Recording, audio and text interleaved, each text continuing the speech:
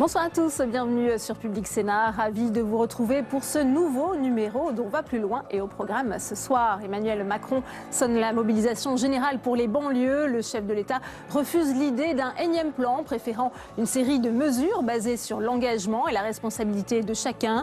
Une nouvelle méthode et un changement d'échelle salué par certains, pas à la hauteur des enjeux pour d'autres. On en débat dans un instant. Et je vous rappelle que vous pouvez réagir à tous nos débats sur Twitter avec le hashtag OVPL. Notre match des idées, il oppose ce soir à Nevade à Jean-Pierre Mignard. Alors que les Européens ont les yeux fixés sur l'Italie, le pays est en passe de se doter d'un gouvernement populiste et eurosceptique. Après 2 mois de coups de théâtre, c'est Giuseppe Conte qui devrait devenir le président du Conseil. Et déjà, l'annonce du non-respect des traités budgétaires et le virage en matière de politique migratoire inquiète. On en parle avec mes invités.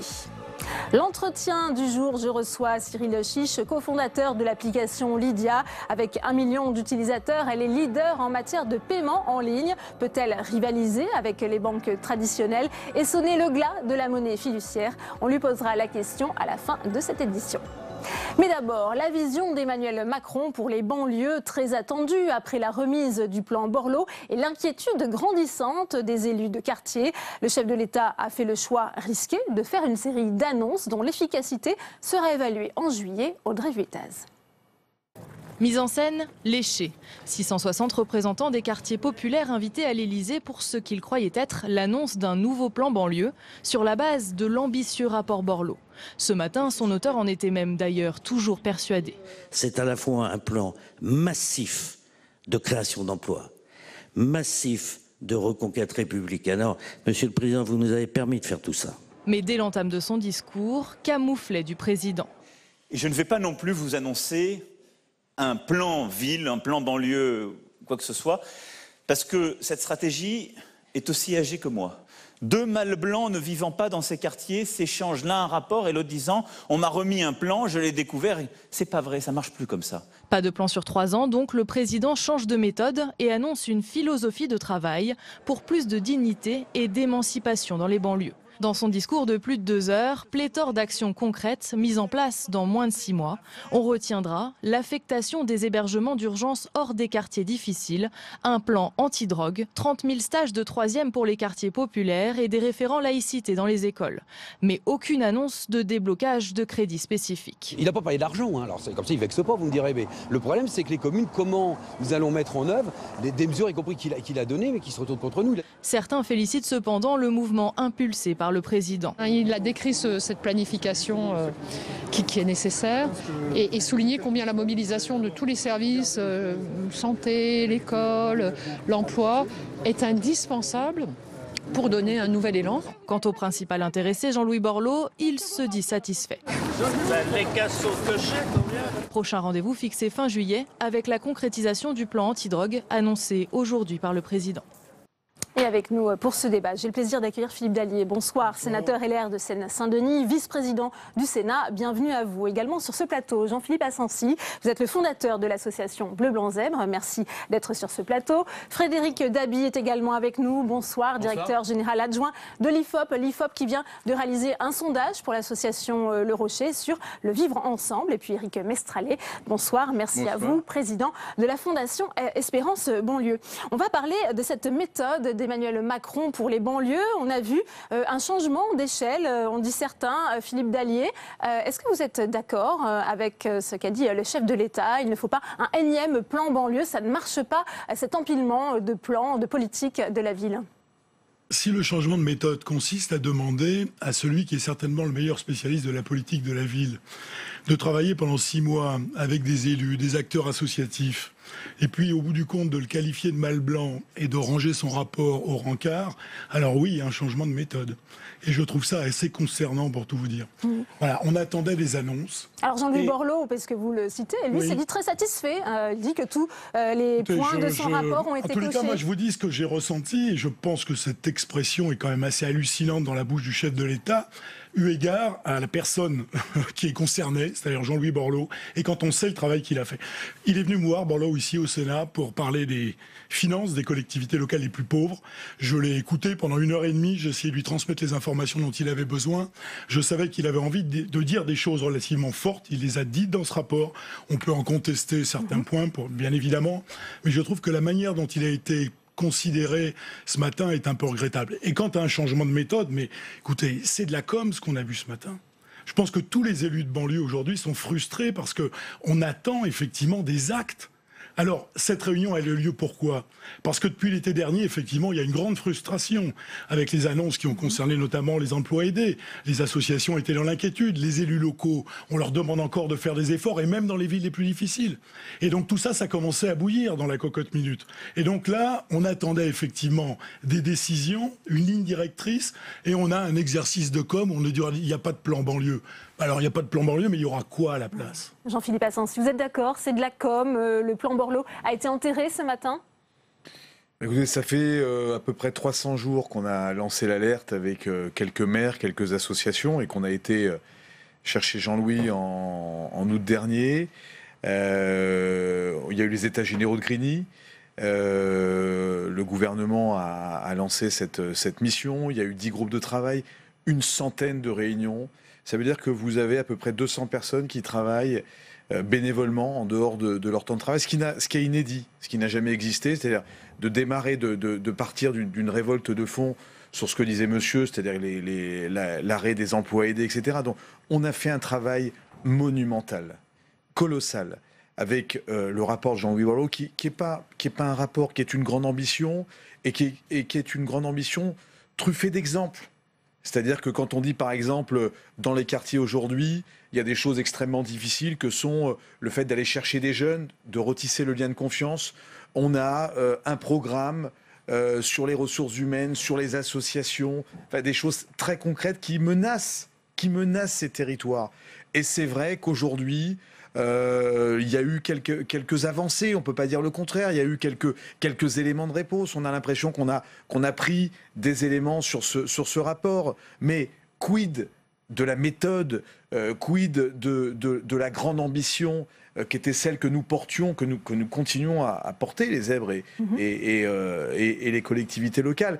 Il va falloir nous apporter des réponses très concrètes sur comment on va faire. Parce que le fait de nous dire on va se réunir tous les 2 mois, etc., je rappelle quand même que sur certains territoires, on est au bord de l'explosion sociale et qu'on a des chiffres tellement terrifiants qu'il va falloir apporter peut-être des choses beaucoup plus concrètes sur l'avenir de ces territoires. Frédéric Dabi, je le disais, l'IFOP a sondé l'adhésion des Français justement à ce plan Borloo avec plutôt une opinion favorable aux mesures présentées dans le rapport de l'ancien ministre de la Ville. D'accord à 81%, pas d'accord à 19%, disent les Français interrogés. Quels enseignements peut-on en tirer puisqu'il y a aussi ce consensus de l'opinion, mais après, l'opinion aussi se divise sur l'argent qu'il faut distribuer aux banlieues. Voilà, vous avez tout dit, il y a une vraie confiance vis-à-vis de la figure de Jean-Louis Borloo, qui est un des rares hommes politiques qui apparaît comme capable d'apporter des résultats. On l'a vu avec la baisse du chômage dans les années 2005-2007, le Grenelle de l'environnement. Il est vu avant tout comme un élu local, celui qui a réussi à Valenciennes. Et c'est vrai que d'un côté, il y a une confiance à son égard, mais sur un autre sondage, lorsqu'on demande est-ce qu'il peut concrètement améliorer la situation des banlieues, on a une opinion beaucoup plus fracturée et on a, comme vous le disiez, une vision très dégradée de la banlieue. Dans ce sondage, il y a une question sur le vivre ensemble et on a des réponses. Alors, ce n'est bien sûr qu'une question, ça ne circonscrit pas la réalité des perceptions des Français, mais ça montre que seuls 7% des Français ont le sentiment que les différentes catégories sociales vivant en banlieue se côtoient et échangent ensemble, 45% qu'elles ne se côtoient pas, qu'il y a des vraies tensions. On est sur une vision des Français extrêmement contrastée, dégradée, et qui est en plus exacerbée par, je dirais, une sorte de concurrence territoriale. Dans beaucoup d'autres enquêtes, lorsqu'on demande aux Français vers quel type de territoire il faut mettre, entre guillemets, le paquet, c'est plus les zones rurales, les communes rurales, le périurbain, qui sort tout simplement. Et c'est peut-être là que le plan proposé par Emmanuel Macron s'inscrit plutôt en continuité avec d'autres plans, puisqu'on est sur une logique essentiellement quantitative, qui fait dire aux Français, on n'aborde pas peut-être des vraies questions comme l'insécurité culturelle, on est en train de verser de l'eau dans un tonneau d'Anaïde. Et donc, il y a un vrai scepticisme qui est susceptible de s'installer. Éric Mestrallet, effectivement, quand on voit cette opinion des Français, il fallait aussi peut-être changer de méthode, ce qu'a voulu faire ce matin les chefs de l'État. On a entendu la déception à la fois de Jean-Philippe Asensi et de Philippe Dallier. Alors, changer de méthode, je pense que c'est prôné par beaucoup de gens, changer de logiciel pour pouvoir, peut-être sans forcément critiquer ce qui a été fait par le passé, mais adresser des besoins nouveaux et une forme d'angoisse et d'urgence qui existe aujourd'hui dans les quartiers. Je pense que tout le monde est d'accord autour de la table, et même en France. La manière, c'est quand on y a. Est-ce que c'est un exercice de communication, comme ça a été dit? Est-ce que s'il y a urgence, pourquoi on attend 2 mois pour annoncer un certain nombre de choses, puisque c'est les rendez-vous qu'il nous a donnés Monsieur le Président. Donc, on est quand même dans une grande attente par rapport à cette urgence qu'il y a aujourd'hui sur le terrain. Ce que j'ai entendu, c'est qu'il y a une mobilisation qui est attendue, collective.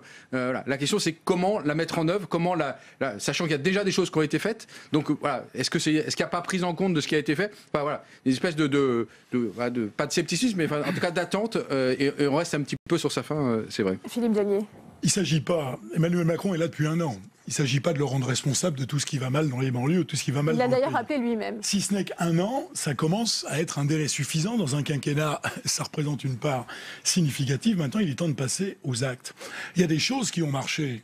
L'ANRU, initié par Borloo, ça a formidablement marché. Le président de la République nous dit on va continuer. Alors, c'est devenu une machine peut-être un peu lourde. C'est l'Agence nationale pour la rénovation urbaine. Oui, pour la rénovation urbaine. C'est une machine un peu lourde, etc. Très bien, corrigeons cela. Mais quels moyens pour l'ANRU 2 ? Le gouvernement vient de décider d'enlever 1,7 milliard d'euros par an aux bailleurs sociaux, qui sont les principaux acteurs de l'ANRU. Qu'est-ce qui va rester de l'ANRU ? À mon avis, pas grand-chose. La présence de l'État dans ces quartiers difficiles. 2 de nos collègues députés, un de La République En Marche, un des Républicains, ont rendu un rapport sur les services de l'État en Seine-Saint-Denis. Vous l'avez lu. Alors moi, ça me fait très plaisir, si je puis dire. Voilà des années qu'ici, je dis, l'État n'est pas à la hauteur des problèmes dans ce département. Et ce département, c'est 1 600 000 habitants. Le rapport nous dit qu'il y a probablement 300 400 000 clandestins dans le département de la Seine-Saint-Denis. Pas assez d'enseignants, même si le dédoublement des classes est une excellente mesure. Pas assez d'enseignants formés. Pas assez de policiers dans nos commissariats. On nous explique maintenant que certains commissariats de Seine-Saint-Denis vont fermer la nuit parce qu'il n'y a pas assez d'effectifs. Le tribunal de Bobigny, il croule. 2e juridiction de France. Il croule sous les dossiers. L'État n'est pas là à la hauteur des enjeux. Et les collectivités locales de l'autre côté, elles n'en peuvent plus de la baisse des dotations que Hollande nous a fait subir. Et là, on continue à leur demander des efforts. Mais c'est ça le constat. Et Borloo le fait aussi très bien. Donc l'État, il a des choses à faire, mais d'abord sur son propre domaine, sur le régalien. Et ça, il n'y a pas besoin de 36 rapports. Le gouvernement et Macron peut décider de réaffecter des moyens. En tous les cas, de les redistribuer. Et tout ça, on n'en parle quasiment pas. Alors moi, je dis qu'effectivement, oui, il y a le feu à la maison, parce qu'il s'agit de la cohésion urbaine et sociale. Ce qui se joue dans un département comme la Seine-Saint-Denis, c'est ce qui se jouera dans la plupart des quartiers difficiles en France, et il y a le feu, je vous le redis. Jean-Philippe Asensi, à entendre Philippe Dallier, le chef de l'État, finalement est passé à côté de sa cible. C'était un rendez-vous manqué. Est-ce que vous êtes aussi sévère dans votre jugement ? Je ne sais pas si on peut dire que c'est un rendez-vous manqué. En tout cas, ça témoigne d'une nécessité de changement de système.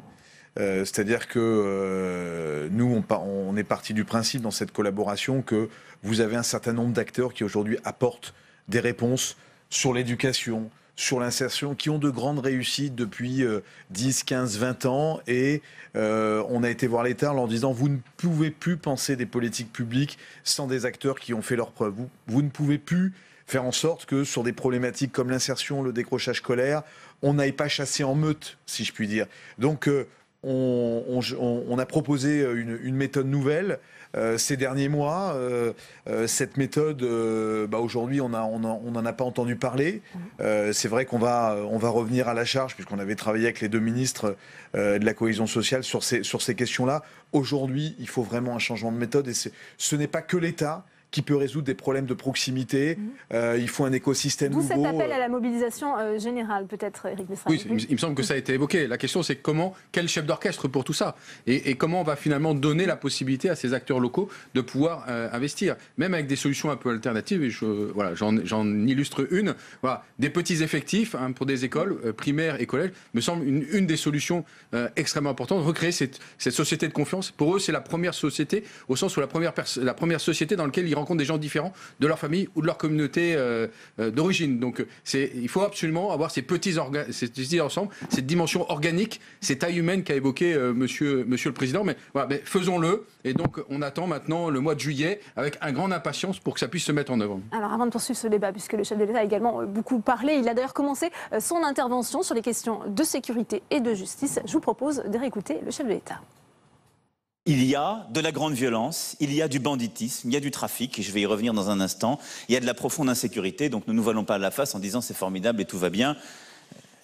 Oui, nos quartiers ont du talent, mais oui, dans nos quartiers, il y a aussi de la violence, il y a des choses qui ne vont pas, et c'est explosif. Pour des bonnes et des mauvaises raisons. Pour des raisons inadmissibles, qu'on a laissées s'enquister, et aussi parce que c'est construit une forme d'éloignement avec la République. Frédéric Dabi, c'est vrai que le discours du chef de l'État s'inscrit dans un contexte particulier. Il y a eu hier à Marseille des tirs dans une cité contre des policiers.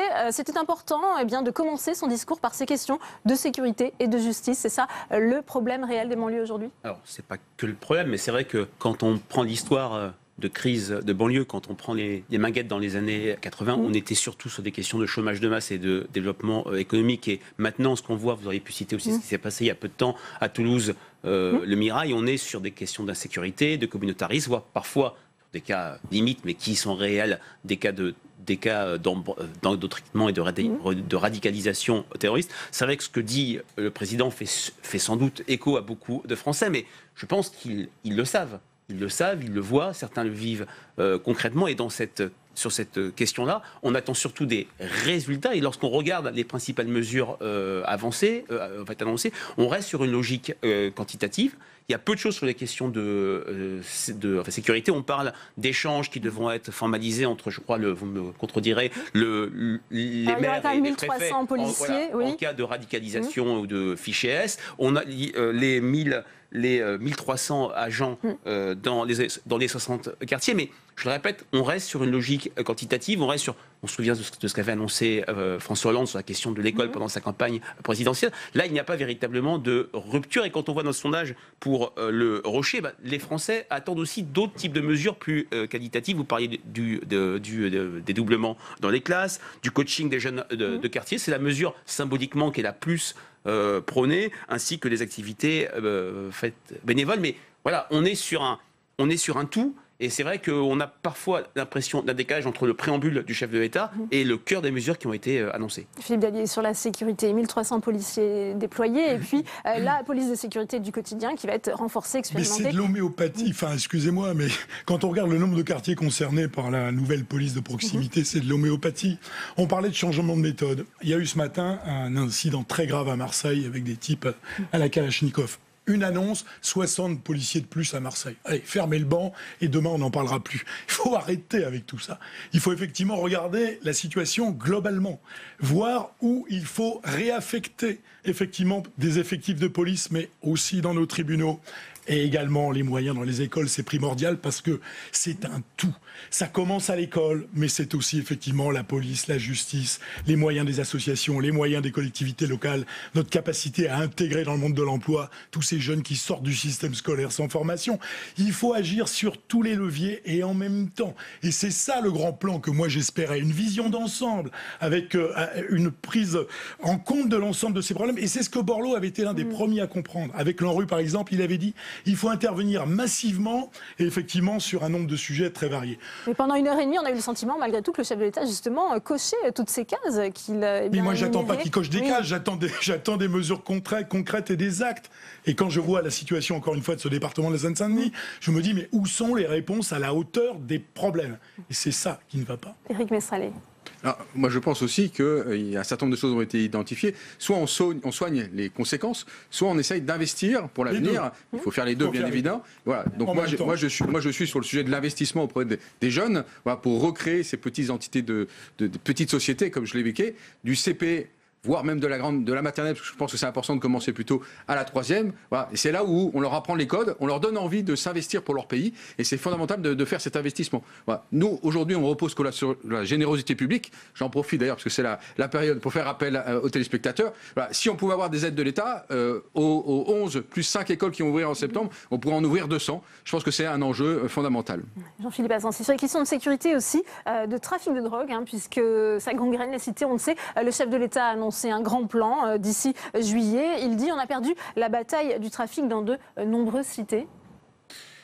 On a perdu la bataille des ressources humaines dans les quartiers. On était à Toulouse dernièrement avec le ministre Mézard. On s'est bien rendu compte que vous avez aujourd'hui de moins en moins de professionnels qualifiés. Et vous parliez tout à l'heure de la mesure du coaching. Là aussi, on aurait bien aimé aller beaucoup plus loin parce qu'on a été très précis sur ces mesures de coaching avec 5000 coachs d'insertion par le sport. Voilà. Donc là aussi, il faut prendre le problème à bras-le-corps. On a un vrai problème d'évolution des métiers dans ces quartiers. On a des métiers qui n'accompagnent plus forcément ces jeunes, qui sont plus en capacité d'aller les rechercher.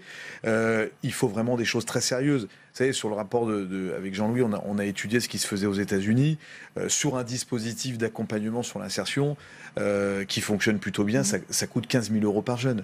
Donc, si on a vraiment envie d'apporter des solutions qui vont faire leurs preuves, il faut aussi des moyens conséquents et peut-être pas qui coûte beaucoup moins cher que le coût de l'échec. À coup sûr. Et qui est à coup sûr. Alors en matière justement de lutte contre les discriminations, il y a des mesures sur le testing en entreprise qui vont être prises. C'est ce qu'a annoncé le chef de l'État. On le réécoute. On ne va pas rajouter une loi antidiscrimination. On a des instruments. C'est déjà interdit. On ne va pas envoyer un fonctionnaire dans toutes les entreprises. Ce ne serait pas raisonnable.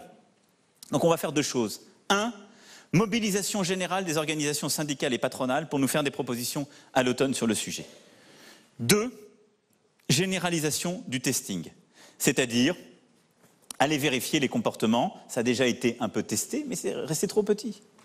Et donc on doit pouvoir généraliser le testing et s'assurer qu'il n'y a pas de discrimination à l'embauche. Philippe Dallier, le chômage touche un quart de la population des quartiers et un tiers des jeunes justement de ces quartiers. On entend le chef de l'État, il appelle les entreprises à prendre leur part de responsabilité avec ces mesures qui vont concerner une centaine d'entreprises sur le testing. Je ne sais pas très bien quel est le sens de votre question, parce que si la question est de savoir si le taux de chômage des jeunes qui est de 40-50% dans certains quartiers est lié à la discrimination en majorité, la réponse est non.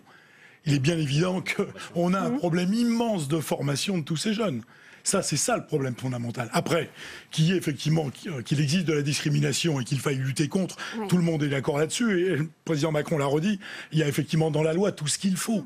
Mais le problème fondamental, ce sont tous ces jeunes qui sortent du système sans rien. Et on peut reparler de l'apprentissage. On a en Seine-Saint-Denis le campus des métiers, un outil formidable. Il y a quelques années, il y avait des places de disponibles. Il y avait des places de disponibles alors qu'on forme des apprentis. Enfin, voilà, il y a un immense sujet sur la formation et c'est vraiment l'essentiel. Après, lutter contre la discrimination, bien évidemment.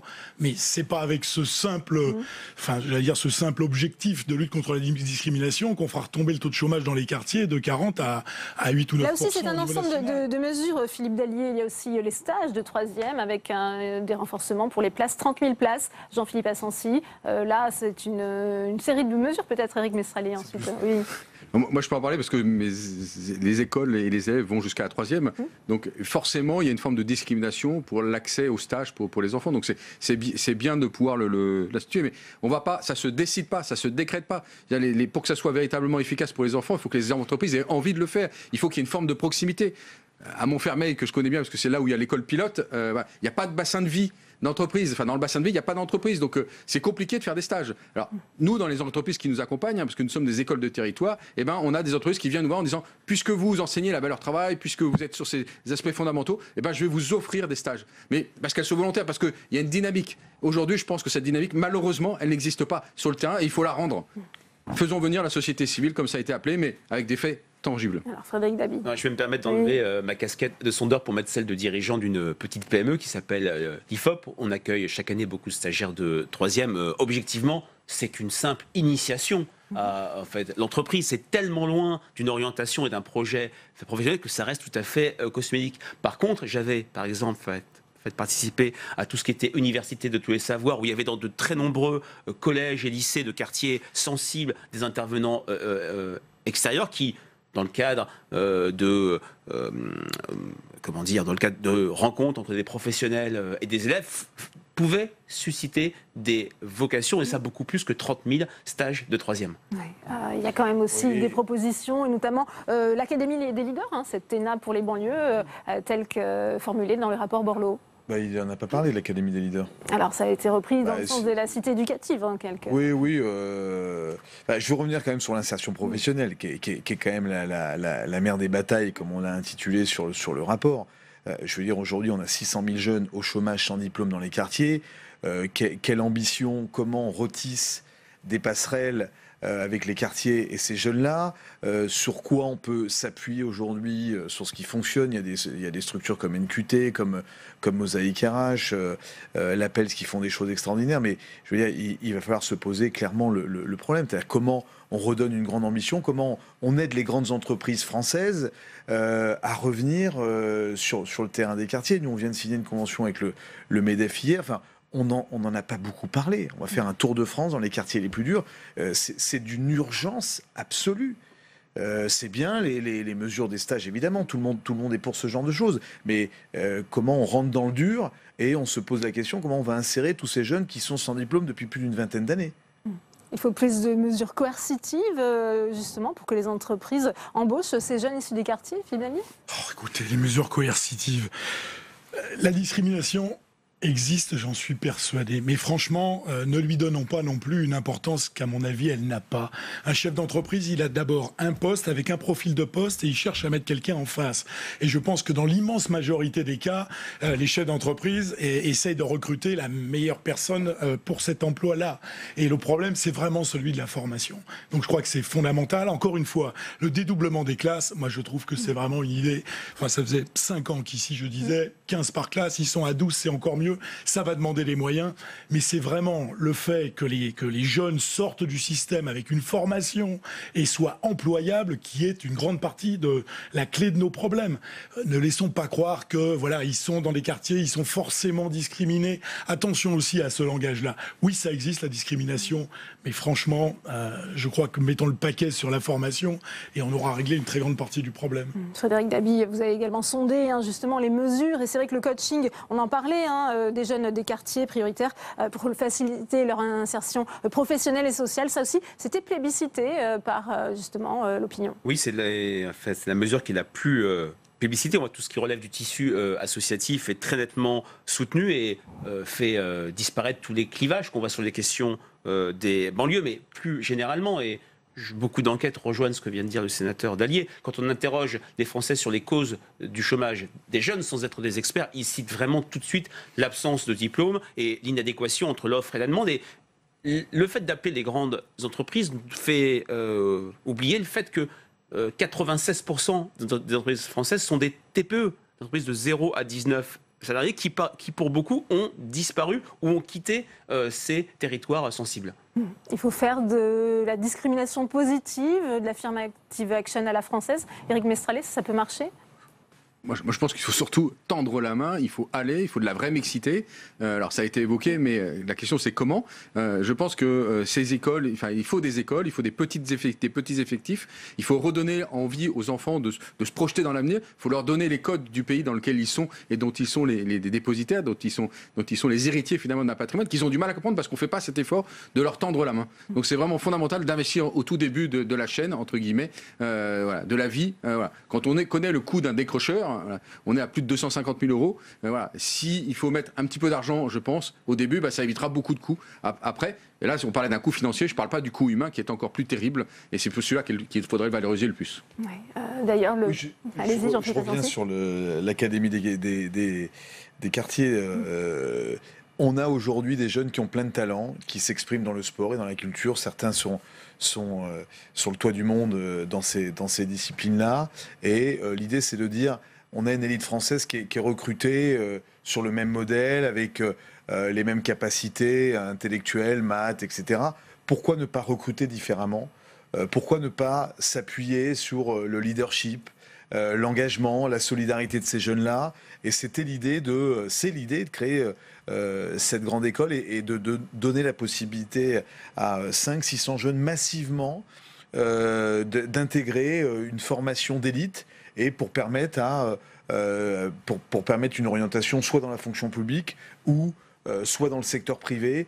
Et l'idée, c'était vraiment d'aller beaucoup plus loin que quelques quotas à l'ENA ou dans d'autres écoles. C'est une idée qui est encore travaillée. On a Frédéric Thiriez qui travaille sur ce sujet-là. Donc on ne va certainement pas abandonner cette idée. Philippe Dallier, on arrive bientôt au terme de ce débat. On a entendu le chef de l'État parler ce matin à la fois des banlieues en termes d'inquiétude, mais aussi d'optimisme. Je voudrais qu'on termine justement sur une note optimiste. Il y a aussi des énergies. On a entendu le chef de l'État parler d'émancipation en parlant des banlieues. Écoutez, j'ai 55 ans, j'ai grandi dans le département de la Seine-Saint-Denis, je suis élu depuis des années maintenant et je perds mon optimisme. Bien évidemment, il y a des choses qui vont... Tout ne va pas de travers. Tout n'est pas effectivement noir et négatif. Mais quand je regarde la tendance sur le long terme, je me dis qu'on s'enfonce. Ce département s'enfonce. Voilà. Alors il est temps, effectivement, maintenant de passer aux actes. Je pense que sur le constat... Il y a des tonnes de rapports sur la table. Il faut que le président de la République prenne des décisions. Et ça passera forcément par des moyens financiers. Mais la question de savoir où est-ce qu'on met les moyens financiers dont on dispose aujourd'hui. Et si on ne règle pas le problème de nos banlieues, c'est la cohésion urbaine, sociale, et c'est la cohésion de la République qui sera en cause. Et ça, je pense que personne ne peut rester, j'allais dire, froid devant un tel scénario catastrophe.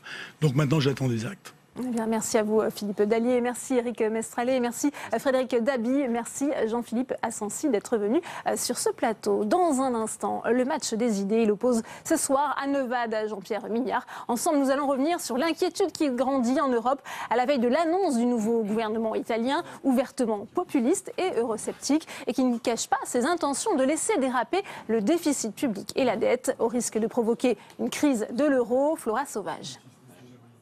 Laissez-nous gouverner. C'est le message que les chefs de la coalition populiste et anti-système à la tête de l'Italie ont adressé à leurs voisins européens. Après que le vice-président de la Commission européenne a exhorté le prochain gouvernement italien à une politique budgétaire raisonnable. Nous lisons avec intérêt et parfois avec stupeur les déclarations qui arrivent de la part de ministres d'autres pays, de la part de commissaires européens qui se disent inquiets. Ils n'ont pas de quoi s'inquiéter. La coalition a prévu d'instaurer un revenu universel de 780 € par mois, de baisser les impôts et de renoncer à retarder l'âge de la retraite.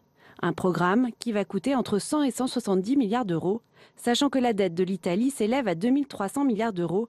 Les partenaires européens ont fait part de leur inquiétude. Je veux le dire au niveau international, laissez-nous commencer à gouverner et ensuite, si vous voulez, critiquez-nous. Mais laissez-nous commencer notre travail. Ce sera un gouvernement peut-être inattendu, mais élu. Le mouvement 5 étoiles et la Ligue ont proposé lundi Giuseppe Conte, un juriste de 54 ans, pour diriger le premier gouvernement populiste en Italie. Le président italien, Sergio Mattarella, a demandé de nouvelles consultations aujourd'hui, avant de décider s'il accepte ou non de le nommer à la tête du Conseil. Et avec nous pour ce match des idées, j'ai le plaisir d'accueillir Anne Nevade. Bonsoir, merci d'être avec nous. Vous êtes constitutionnaliste, présidente de l'Association française de droit constitutionnel. Face à vous, Jean-Pierre Mignard. Bonsoir. Avocat, président du comité d'éthique de la République En Marche. Première question pour vous, Anne Nevade. Comment l'Italie, pays fondateur de l'Union européenne, en est arrivée là? C'est le premier gouvernement eurosceptique de l'histoire récente de l'Italie. Alors c'est le premier gouvernement eurosceptique de l'histoire récente de l'Italie. En même temps, j'ai le sentiment que beaucoup d'États membres de l'Union européenne, qu'ils soient fondateurs ou plus récents, ont aujourd'hui une relation contrastée avec l'Europe. Et qu'en particulier, sans doute, mais ça c'est aussi un effet de génération, le fait d'avoir une forme de responsabilité historique parce qu'on était fondateur n'est plus très largement partagé, en tout cas par la classe politique.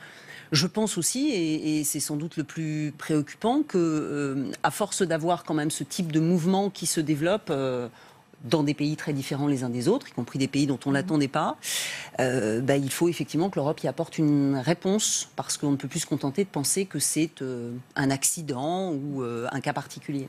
Jean-Pierre Mignard, quel regard portez-vous sur cette alliance particulière entre le mouvement 5 étoiles anti-système et la Ligue alliée de Marine Le Pen au niveau européen? Ils font preuve d'une grande souplesse idéologique, même s'ils sont scellés par un adversaire unique, l'Europe de Bruxelles.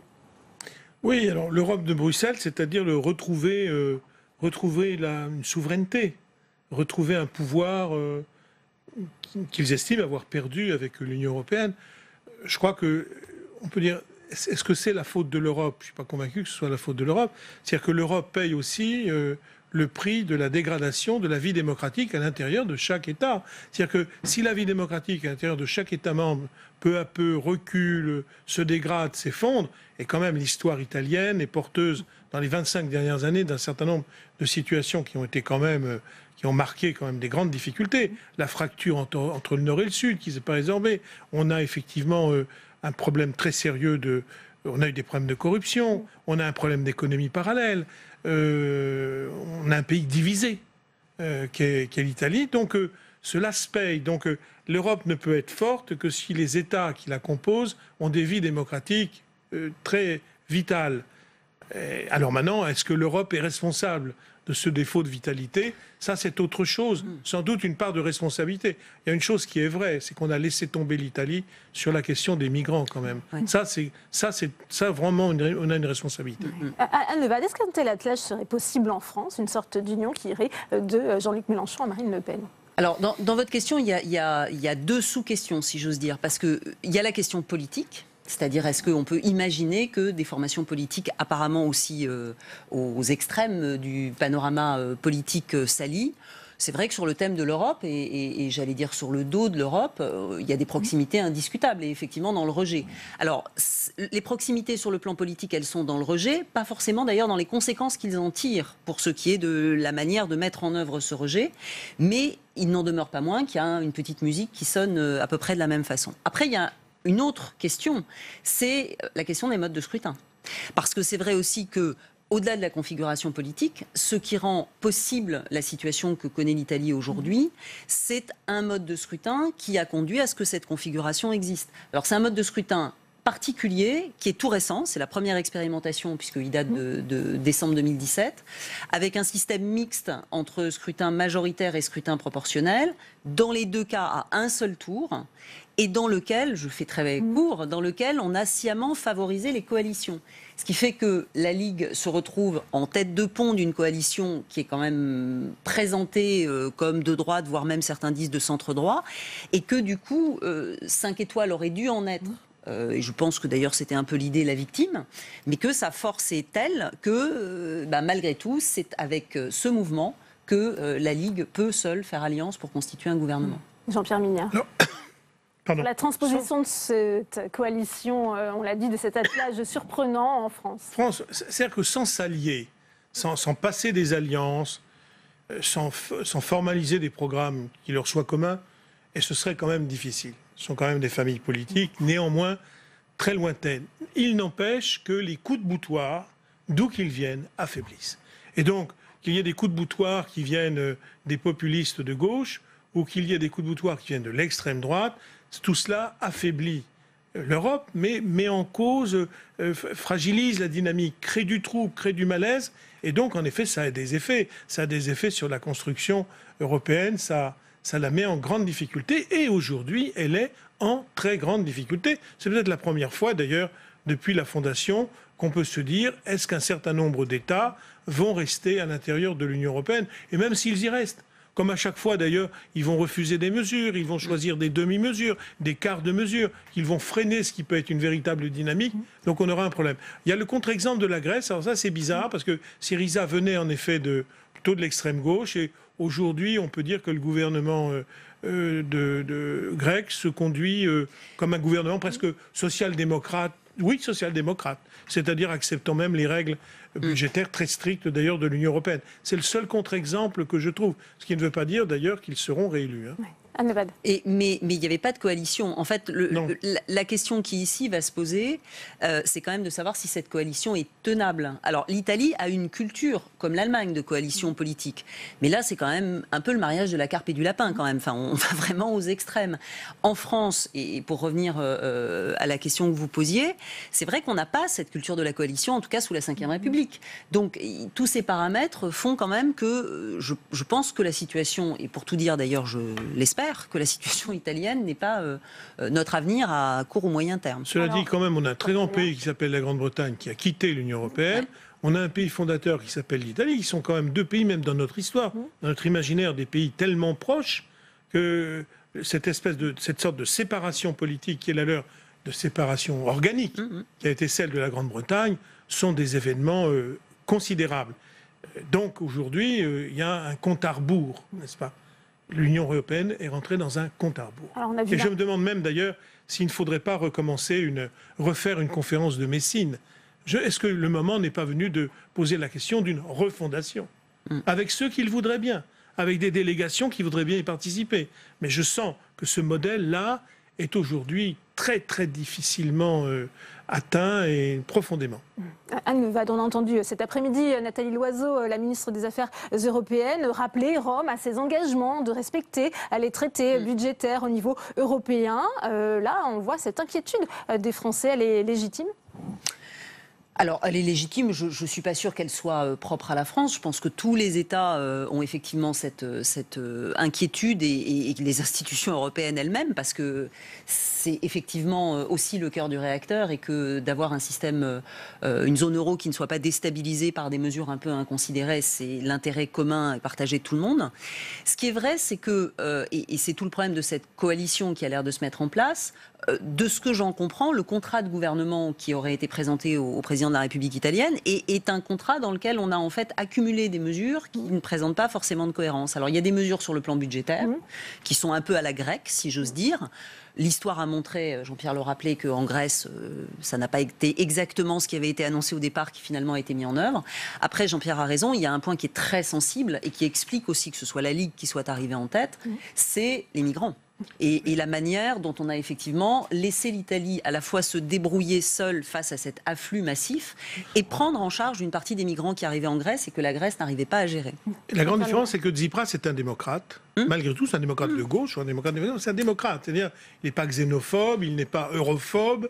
Et finalement, il voulait rester dans l'euro, alors que peut-être d'ailleurs la Grèce aurait peut-être eu intérêt finalement, même provisoirement, à quitter l'euro.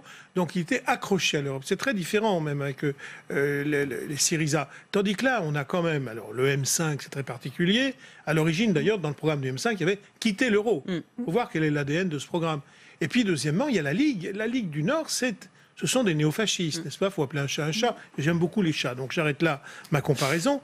Et donc, eux, par contre, sont clairement sur l'Europe des nations, et pas au sens où l'entendait le général de Gaulle, l'Europe des nationalismes. Et donc, la question de la souveraineté, comment effectivement ce gouvernement gérera-t-il, quel rapport aura-t-il avec le Conseil de l'Europe ? Est-ce qu'il soutiendra la Convention européenne des droits de l'homme dans son application, etc. Comment va-t-il se conduire d'ailleurs avec les migrants ? Est-ce que ce sera des expulsions massives ? Est-ce qu'il y aura des camps de rétention ? Vous voyez, il y a des choses bizarres. L'interdiction de la présence de francs-maçons, des choses. Bon, alors peut-être que d'ailleurs, ça ne se passera pas. Mais en tout cas, les signaux qui sont envoyés par ce gouvernement sont des signaux qui n'ont pas grand-chose à voir, même sont en contradiction avec les valeurs fondatrices de l'Union européenne. Et puis il y a toute la question monétaire et financière que posait Anne, qui en effet, quand même, c'est un pays qui a une énorme dette. Et donc, ça peut en effet être une grosse perturbation pour un euro qui s'était remis en marche, qui était de nouveau. Donc, franchement, on est dans une situation très compliquée. Il faut s'attendre à une zone de turbulence. Autre thème du match ce soir, c'est la baisse des aides sociales qui sème le trouble jusque dans la majorité. C'est Bruno Le Maire qui a jugé légitime de réduire la politique sociale sur l'emploi. La députée La République En Marche, Brigitte Bourguignon, s'en est émue. Écoutez, c'était cet après-midi lors des questions d'actualité. La presse a relayé ces derniers jours une note de la direction du budget préconisant la réduction ou la refonte de certaines prestations sociales. Si le rôle de la direction du budget est bien de faire des propositions, celui des responsables politiques que nous sommes, est de s'interroger sur le sens de notre politique et de prendre les décisions. Le document dont vous parlez est un document qui est issu de l'administration de Bercy. Il circule, mais c'est un simple document de travail. Et vous savez que je partage vos réflexions concernant la protection des plus modestes. Alors Anne Levade, on les appelle les grondeurs, en clin d'œil aux frondeurs. Est-ce qu'il y a une véritable menace sur l'unité de la République en marche? On sait qu'il y avait déjà eu un précédent avec l'exclusion. Enfin, Jean-Michel Clément, le député de la République en marche, sur le projet de loi immigration. Alors, comment répondre à votre question? La République en marche a une majorité très large, un groupe très important à l'Assemblée nationale. Donc, plus il y a de monde, plus c'est difficile d'avoir tout le monde exactement sur une même ligne.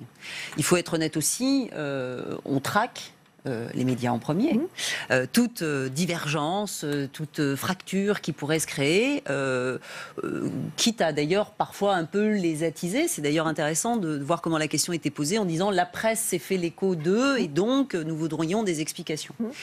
Je pense que c'est trop tôt pour dire s'il y a un risque pour la cohérence de cette majorité. Je pense que la situation n'a rien à voir avec celle qu'a connue le groupe socialiste et les frondeurs, où là, il y avait clairement une lutte, mais qui d'ailleurs est montée en puissance au fur et à mesure du quinquennat au sein du groupe. Et j'ai tendance à penser aussi que c'est difficile sur ce type de mesures de se limiter, j'allais dire, aux questions d'actualité pour apprécier s'il y a effectivement une rupture ou pas. Jean-Pierre Mignard, est-ce que c'est la limite du ni droite ni gauche? On voit certains réflexes du vieux monde qui refont surface sur les thèmes aussi sensibles que l'immigration ou encore les aides sociales. Oui, enfin moi j'ai jamais cru ni au nouveau monde ni au vieux monde, je crois au monde. Soyons simples. La deuxième chose, c'est que comme le dit Anne, un groupe parlementaire aussi important, c'est pas un bataillon disciplinaire non plus. Dans la vie parlementaire, on parle que des parlementaires de la République en marche interrogent le gouvernement sur une note, d'ailleurs, qui a été quand même un peu reprise, enfin qui n'a pas été absolument contredite par Monsieur le maire. Donc, après tout, une présidente de commission s'interroge. Et si elle pose cette question, c'est d'ailleurs parce qu'il y a un accord du groupe pour qu'elle pose la question. C'est donc pour que la chose soit effectivement publiquement indiquée. Alors ça, franchement, si personne ne s'exprimait au sein de la République en marche, on dirait, ah ben, donc ce sont des clones qui suivent comme ça. Alors on leur dit voter, on leur dit parler. Quand ils commencent à poser des questions, on dit, oh là là, mais dites donc, est-ce qu'il n'y a pas une fissure? Non, il faut quand même se parler. Et publiquement, je crois que même pour l'électorat, il n'est pas mauvais que ces questions-là se posent. Ça, c'est la première chose. La deuxième chose, sur le fond maintenant, faire attention sur la question des aides sociales, parce que l'on remette les gens en marche, c'est le cas de le dire, que l'emploi, le travail, ça me semble une très bonne chose, que la redistribution sociale se fasse par la formation professionnelle, par l'apprentissage, je pense que c'est en effet indispensable. Ça, c'est une vraie nouveauté. Mais attention, il faut faire en sorte que est-ce que tout le monde ne se le relèvera pas? Tout le monde ne prendra pas la main qui est tendue. Tout le monde ne réussira pas une formation professionnelle, un apprentissage. Donc, c'est très subtil, n'est-ce pas? C'est pas une batterie fanfare, la politique sociale. C'est du clavecin, c'est de l'harpe.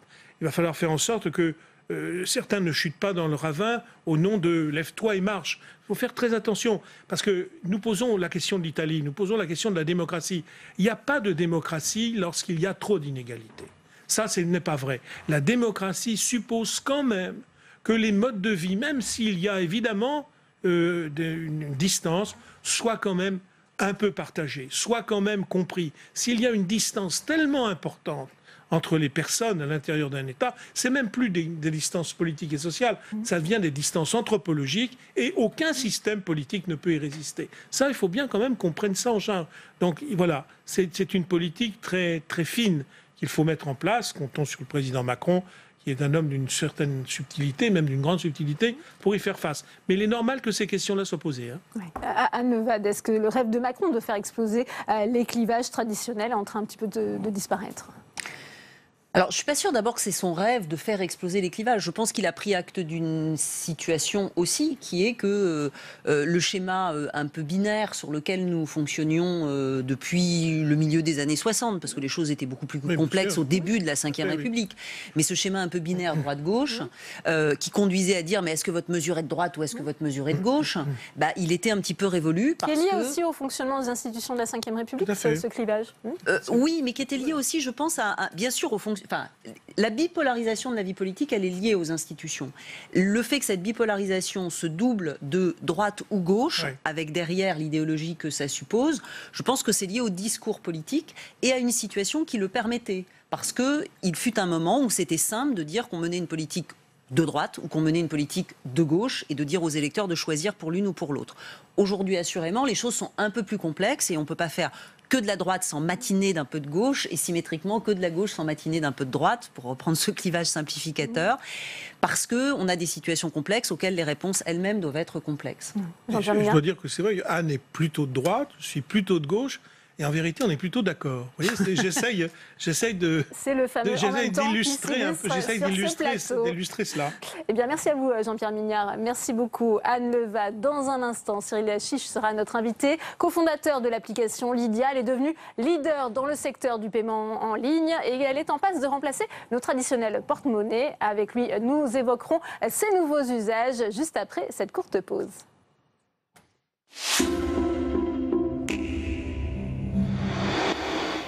Jamais la communication du MEDEF n'aura tant fait parler que sous le mandat de Pierre Gattaz. Adepte des formules provocatrices, quel bilan tirer de son mandat qui s'achève ce mois de juillet? Quel rapport a-t-il eu avec François Hollande? Comment comprendre ses positions sur Emmanuel Macron? Cette semaine, nous déshabillons en tout bien, tout honneur, le patron du MEDEF. Déshabillons-les, ce soir à 23h sur Public Sénat.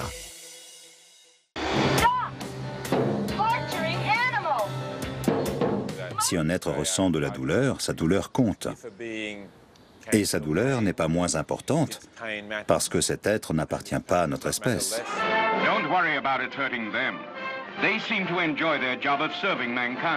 C'est l'industrie qui a aggravé le fossé entre les hommes et les animaux. Et alors là, on s'est tout permis. Et donc ça, c'est l'étouffement des poussins dans les sacs poubelles. Et donc, contrairement à la réglementation qui impose la mort immédiate, on voit que les poussins mettent du temps à mourir, agonisent. Ça fait longtemps qu'on sait que dans la production des poules pondeuses, on trie les mâles et les femelles et que les mâles partent à la poubelle, on le sait. Il n'y a pas de viande heureuse, il n'y a pas de produits laitiers heureux, il n'y a pas d'œufs heureux. Il n'y a que des produits issus d'animaux plus ou moins torturés. Les animaux ont-ils des droits? Samedi à 23h30 sur Public Sénat.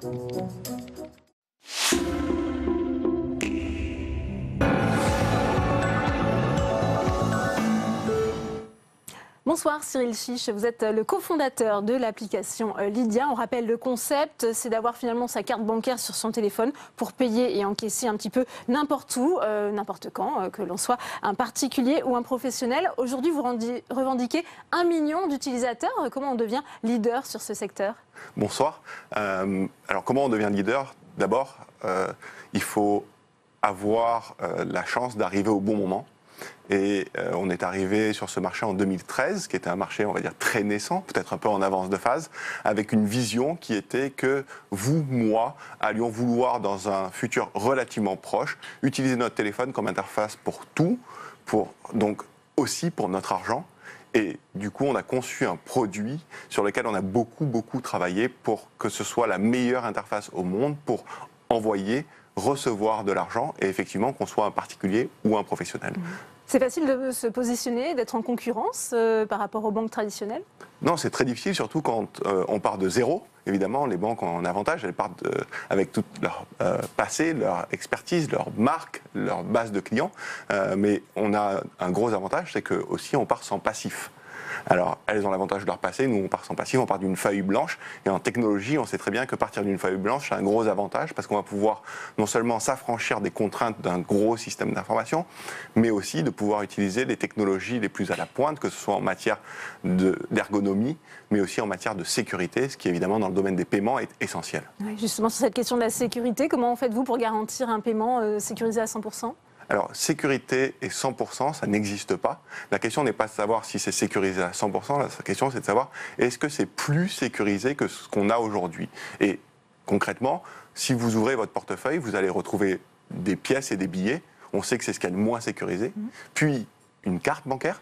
Et en vrai, cette carte bancaire est sécurisée par un code à 4 chiffres. C'est quand même pas ce qui se fait de mieux en matière de sécurité informatique. Alors que votre téléphone, par exemple, elle va être sécurisé par votre empreinte digitale ou votre modélisation de votre visage et donc par une reconnaissance faciale, ce qui, on va dire, est de manière connue plus sécurisé qu'un code à 4 chiffres. Donc oui, c'est un gros progrès en matière de sécurité. Et si aujourd'hui vous deviez me voler mon téléphone ou ma carte, je choisirais sans hésiter que vous me voliez mon téléphone.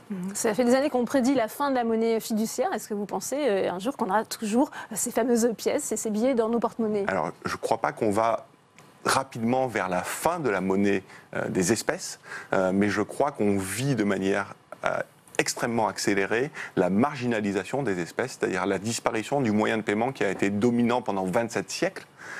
Et on voit déjà que dans des pays très variés ou dans des zones géographiques très variées, que ce soit en Europe du Nord, où les espèces ne représentent plus que 2-3% des échanges, ou en Chine, ou au Kenya, les espèces ont déjà quasiment disparu. Et que oui, à la fois les particuliers, mais aussi les tout petits commerçants sur les marchés, mais évidemment les grandes chaînes et le commerce en ligne, ne se fait plus avec des espèces, ne se fait pas avec des espèces.